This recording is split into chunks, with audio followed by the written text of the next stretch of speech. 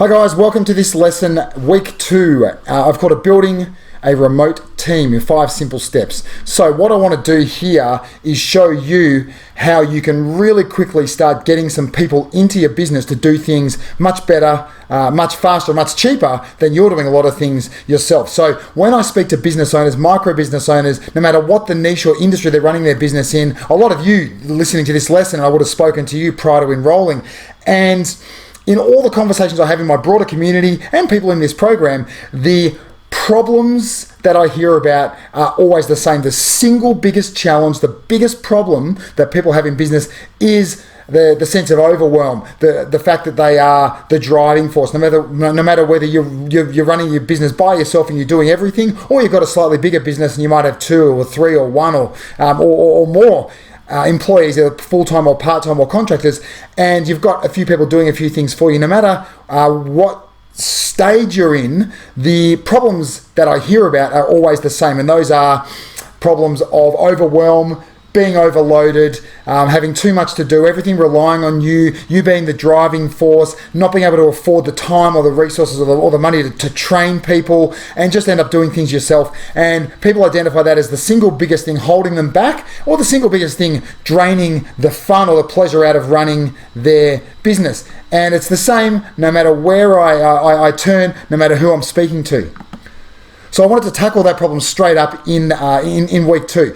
And even if you do have a few employees, you've got admin assistants or operations or whatever it is, or you've got none, you're going to find some real value in this lesson. It's about a really effective, really fast, really efficient way of bringing quality talent into your business at a really affordable price to get the job done better, faster, and cheaper, and identifying what needs doing and where you can best use some additional help in your business that's going to pay for itself almost instantly. So there's lots of ways that you can do this, and what I'm going to do is show you a method that I often use, that I use with great success through the time I was scaling my business up to multiple 7 figures, and the process I use right now today in my second business, the Sunshine Tribe. So the principles can be applied. If you want to bring people into your business through different channels, that's absolutely fine. Or you can literally follow this step-by-step process to the letter to do the same. So the first thing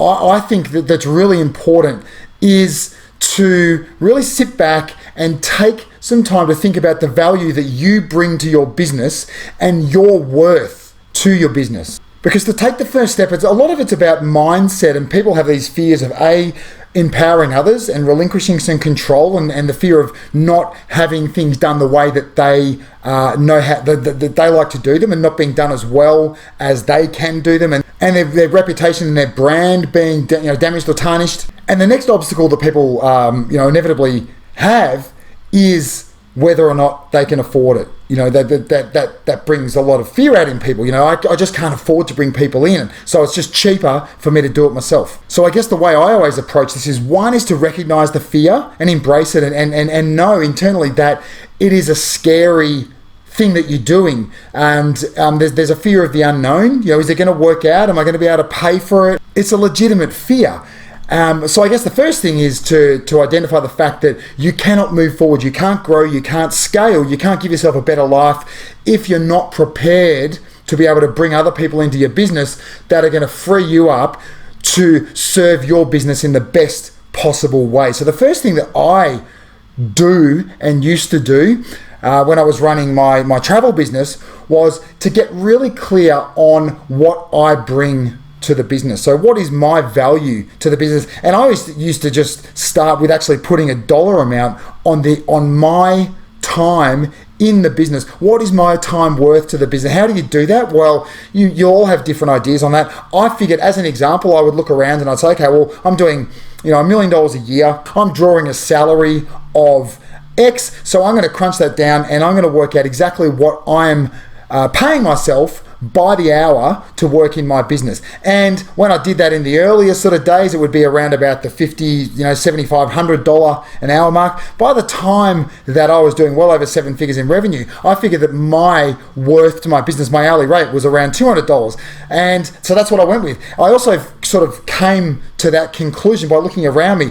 So to give you an example, when I was running my business, I had an accountant that started with me right in the early days and really evolved and grew with my business. When this guy started working with me, he had a really small team in a really small office. By the time that I sold my business, I was doing well over $2 million a year in revenue. His business had grown and evolved. He had lots of different stuff going on. He had a really good sized team and a really successful business. And he was charging me and my business $200 an hour to do a whole bunch of stuff. And I was getting real value out of that. So I had a look at his business, I had a look at mine. We'd grown, evolved at the same kind of rate. We're doing similar kind of revenues, and he was charging me $200 an hour. So I figured that my value to my business would have been around $200 an hour as well. So I kind of benchmarked it there, and I also got a bit of a look around at what different types of businesses. I had a marketing company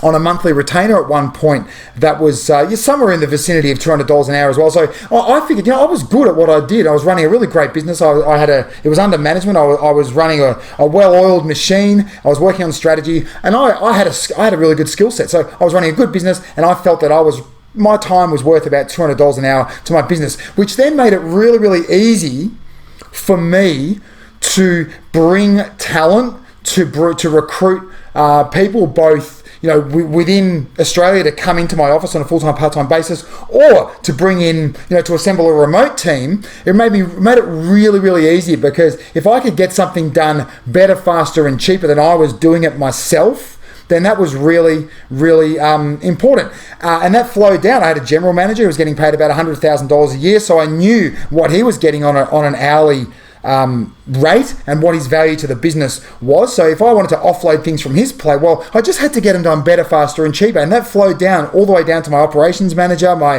admin assistant. If my admin assistant was getting bogged down and she was getting paid $27 an hour to do X, Y, and Z, I looked around for really quality offshore solutions. I looked at maybe places like the Philippines or other places with cheaper labor markets, and I could get it done to a really good quality.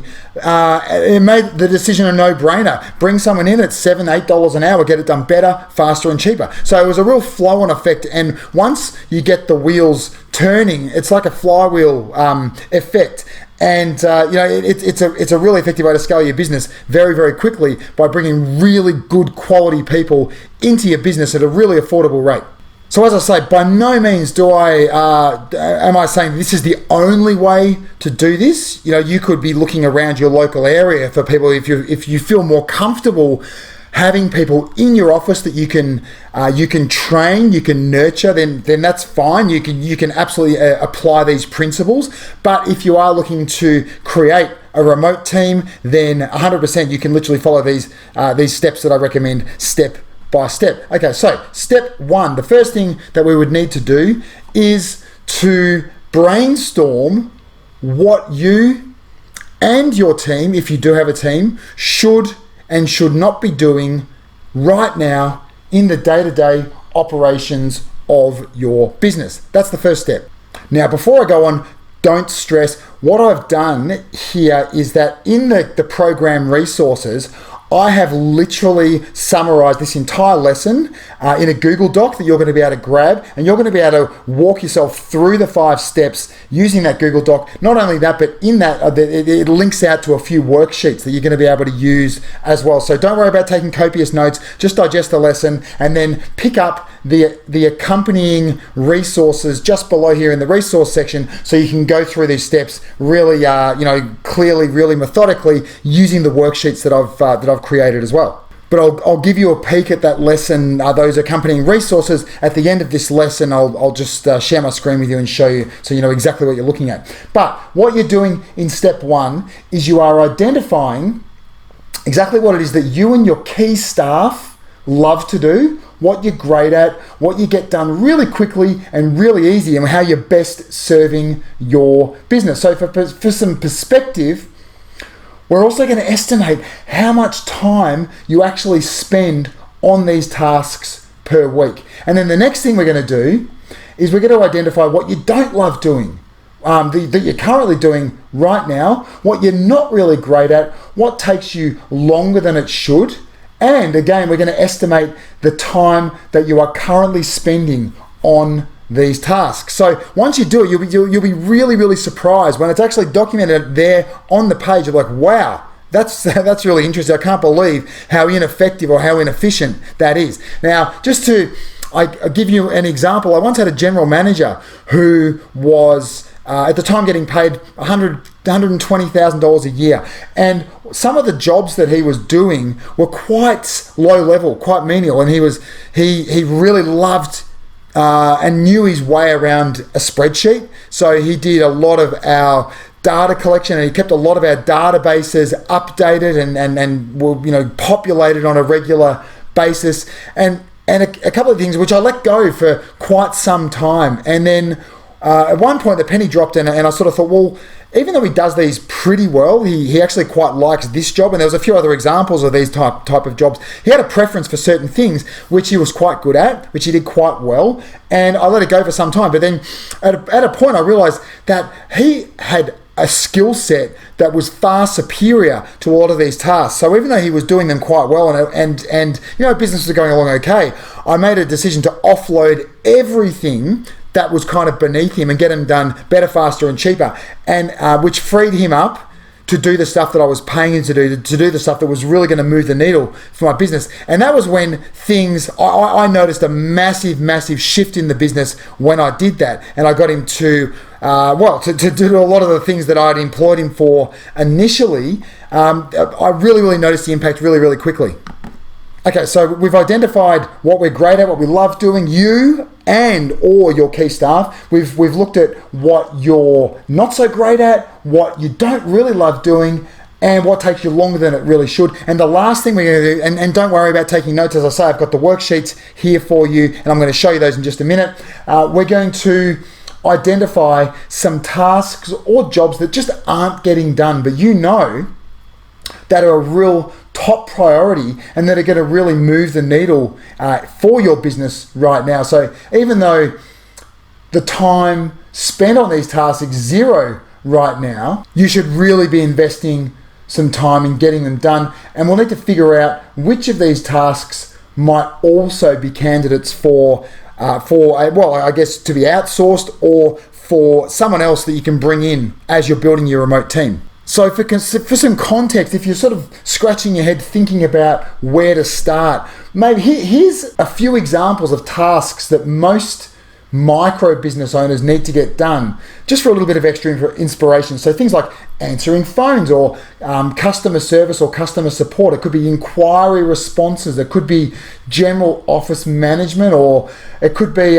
creating even a weekly meeting agenda and taking minutes for a weekly meeting. It could be a customized job run sheet. It could be booking confirmations and reconfirmations. It could be managing a database, or even ordering like online stationery, banking any cash payments, reviewing your suppliers and the terms and conditions with them. It could be reviewing any expenses, like a menial administrative task, expenses for some of your staff that need to be reimbursed for things. It could be attending management meetings or managing your internal calendar, general business improvements. It could be handling complaints or resolving complaints, website improvements. It could be design work or SEO or adding bookings into a system. It could be customer follow-up or requests for reviews. It could be maintenance of equipment or vehicles. It could be online advertising, or it might be something like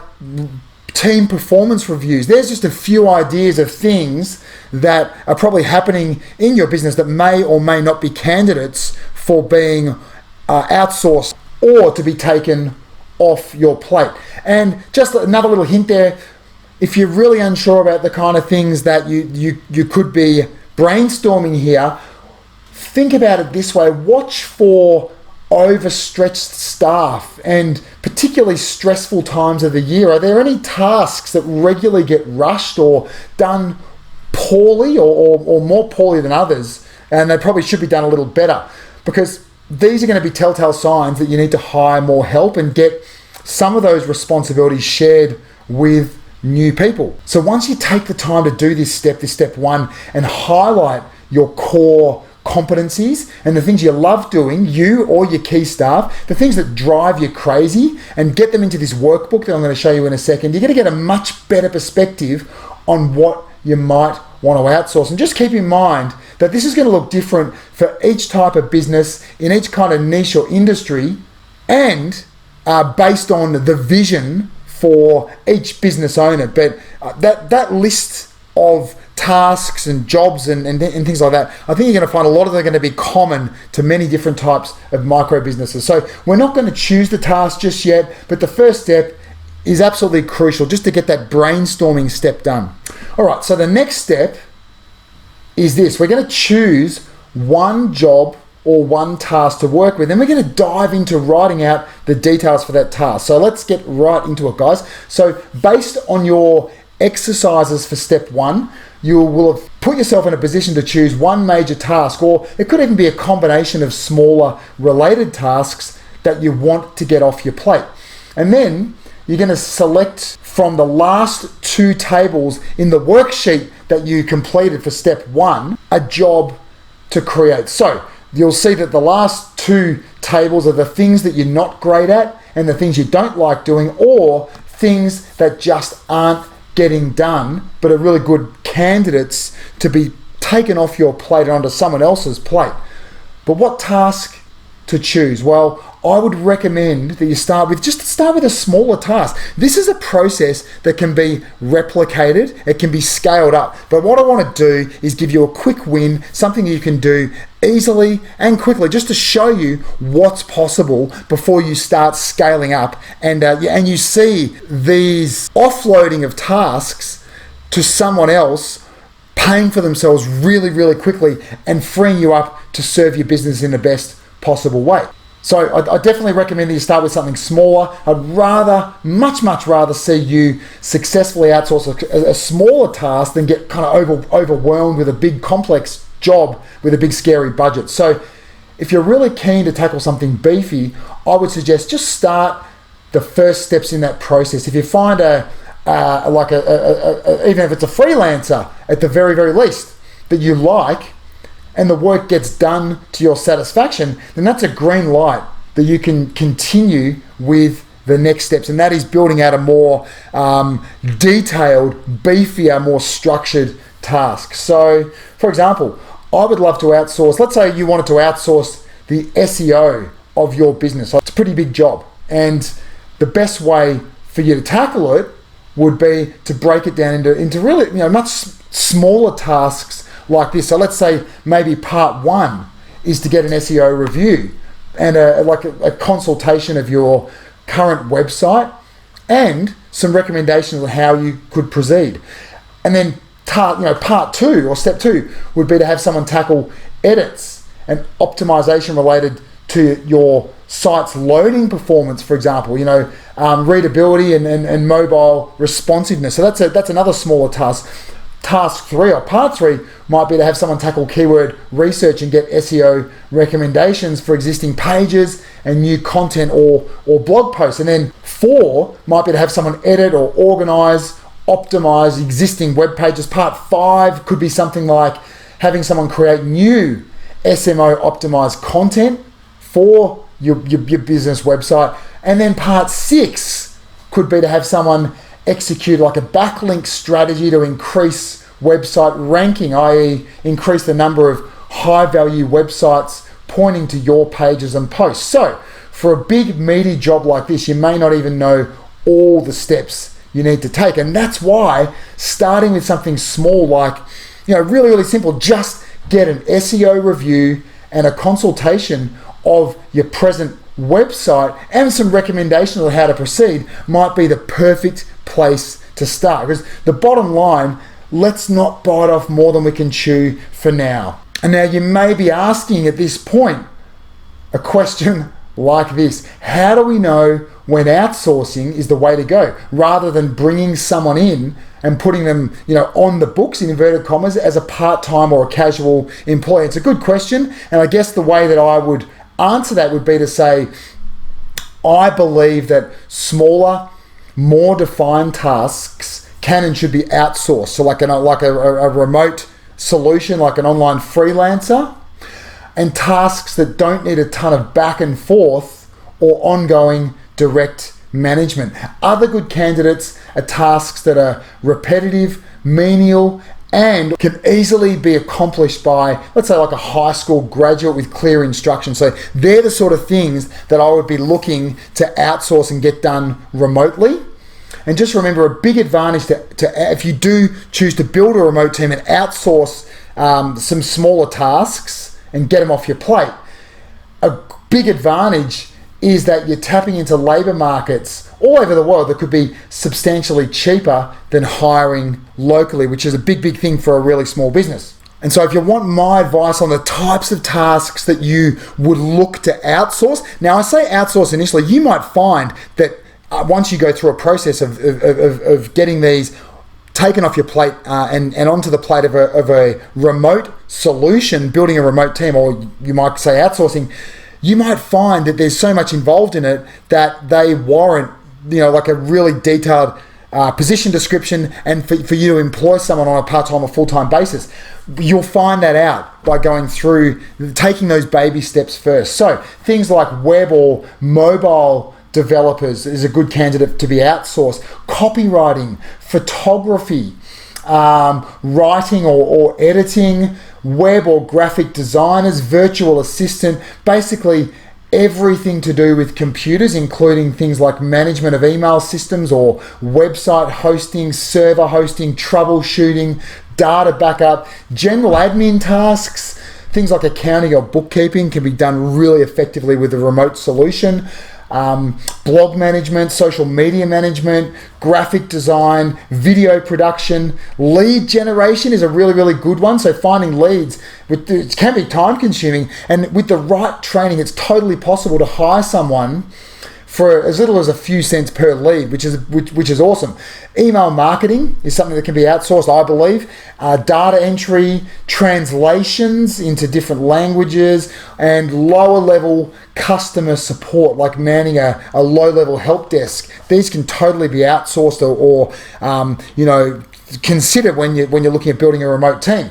So you might want to consider an agency if your tasks benefit from having a team of people versus just one individual. So that's something to note as well.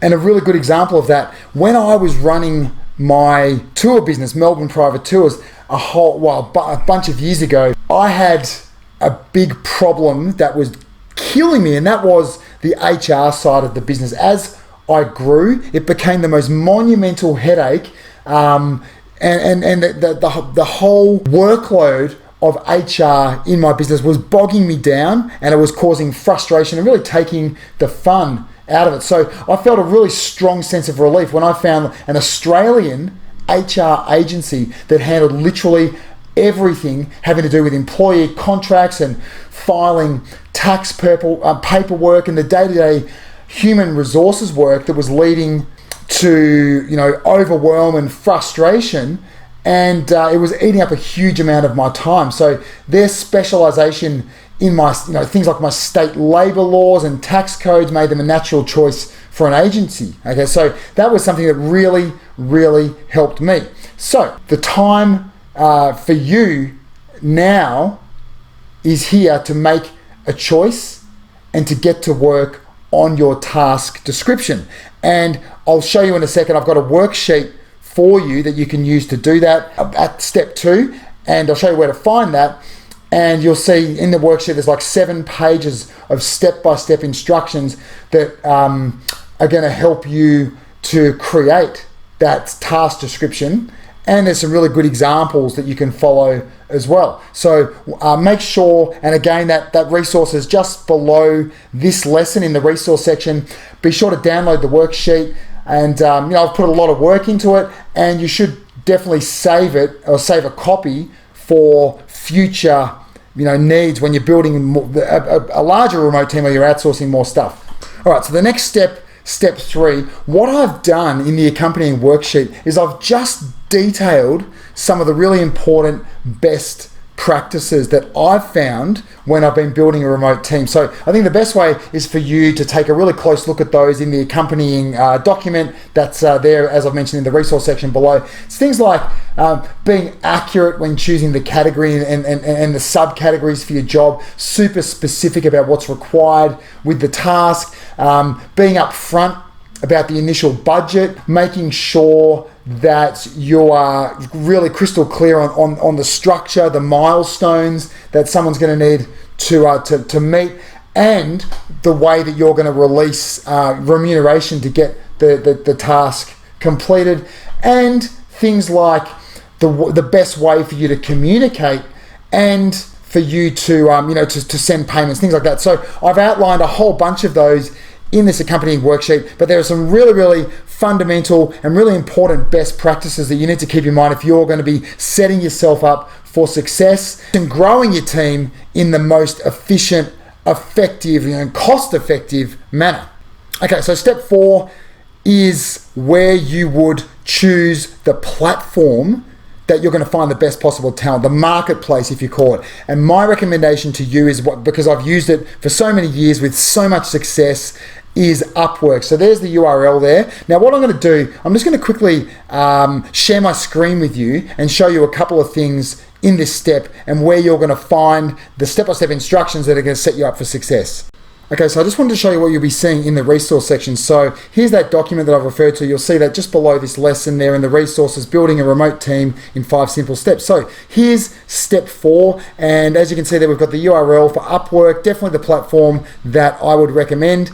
And this is going to give you the step-by-step instructions to set up your business account on Upwork. So first of all, in this document, you're going to see a couple of things. The first is just a couple of honorable mentions. As I said to you, I recommend Upwork. There's a couple of other platforms that I've had some really great success with that are good for different types of tasks that you might want to outsource or be done remotely. So Fiverr there's some useful information there telling you how you can best get some great value and great use out of Fiverr. And the other one there is 99 Designs, which I've got some great things done on that platform as well. And so there's an example of how you can use it there and how and when it could be most effective. So down here, you'll see that I have created, I'm not going to click on that link now, but there's an instructional video that's going to show you with our screen record, step by step, how to set your Upwork business account up. And so you can literally just follow those steps really easily and get yourself set up for success. And if you're already set up on Upwork, that's cool. Just head over there and I'm going to dive into step 5, which is posting that first job, getting ready to work with your first or with your next freelancer, offloading a whole bunch of stuff off your plate so you can put yourself to best possible use in your business. So just for a bit of context, at this point in time in my business, I use the following. I've got a Serbian web designer who looks after the maintenance of my website and does a whole bunch of other stuff with my emails and a lot of other techie stuff.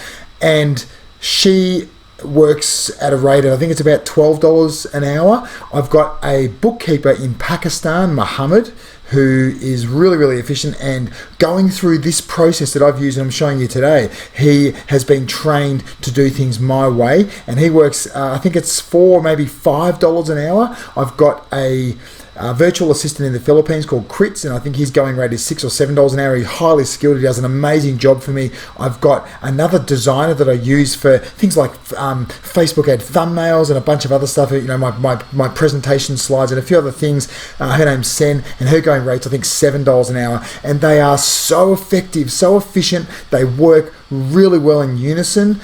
We've developed a really great level of communication amongst all these different parts of the business, and the bang for buck is just staggering. So I've done a short screen record video for you. I'll show you that in a second. And this is where you bring it all together. So you're going to be able to follow along, pause my video, rewatch each step as necessary. And I'll also walk you through our recommended settings for your job posting and share a couple of insights that I've picked up from using Upwork over the years. So let's assume you get your job posting live and you've taken some time to invite 5 to 10 of your favorite candidates to the job.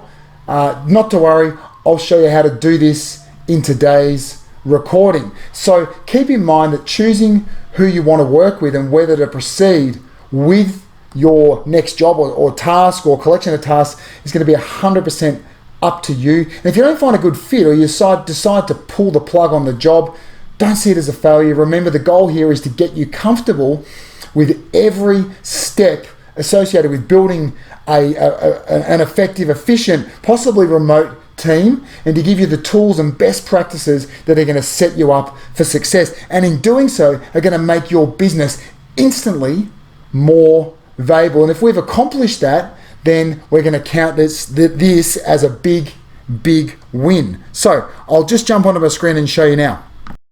So you're going to see, again in this document, building a remote team in 5 simple steps. You're going to see step 5. And here I've just dropped the link in for a short video that I recorded for you with my screen, running you right through the process of posting that first job and how to do that with maximum efficiency.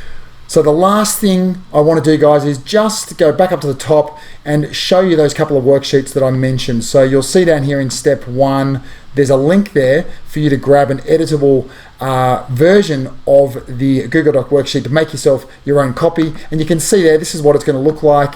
And it's going to give you all the tools you need to get really clear on that first step, identifying the stuff that you love and the stuff that is going to be the best candidate for you to outsource. The next one you're going to see is, if we just jump down here to step 2, you're going to see here another link for a second worksheet. And where is that link? There we go. So your second worksheet there, you'll see in step 2, and that worksheet is going to be taking you, or that link is going to be taking you to this worksheet here, which is your job description workbook. And that is going to be really valuable for you getting crystal clear on what that first job is going to be. So all the tools are there to set you up for success. And what I would say now is best of luck. And just one final note, what you're doing is not trying to bite off more than you can chew. What you're trying to do is get one task live and attracting candidates that you can get off your plate and give you the best chance to serve your business in the best possible way. You can scale up from there, but let's just start with one easy, one tangible result, and we'll go from there. And the byproduct of this is obviously going to be 2 things. One is it's going to make your business far more scalable. It's going to make you, it's going to enable you to enjoy what you're doing a hell of a lot more, and it's going to enable you to have the biggest possible impact on your business. And you can just scale this process up as you desire. And the second thing it's going to do, it is going to instantly add value to your business. Your business is going to become instantly more valuable by you reducing the reliance that your business has on you. So best of luck. I'll look forward to seeing you all have a lot of success.